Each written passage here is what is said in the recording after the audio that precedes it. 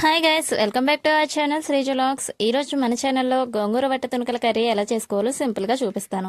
దానికోసం నేను ఆల్రెడీ ముందుగానే ఉల్లిపాయ, పచ్చిమిరపకాయ, వట్ట తునకలు అలాగే గోంగూరను కూడా కట్ చేసి వాటర్లో అయితే ఉంచుకున్నాను. ఇప్పుడు స్టవ్ మీద గిన్నె పెట్టుకుని ఆయిల్ అనేది యాడ్ చేసుకున్నాను. ఆయిల్ హీట్ ఎక్కిన తర్వాత వట్ట తునకలను అయితే యాడ్ చేసుకుని అవి కలర్ చేంజ్ అయ్యే వరకు ఫ్రై చేసుకోవాలి.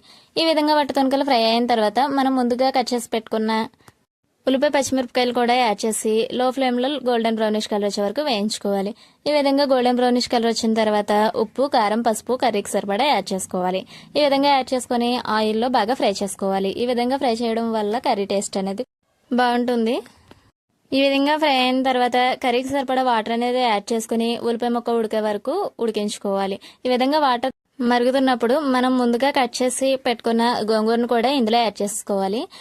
ఇలా గోంగూర మొత్తం యాడ్ చేసుకుని బాగా కలుపుకొని మూత పెట్టుకుని ఒక 5 minutes ఉడికించుకుంటే మన గోంగూర వట్ట తునకల కర్రీ అనేది రెడీ అయిపోతుంది.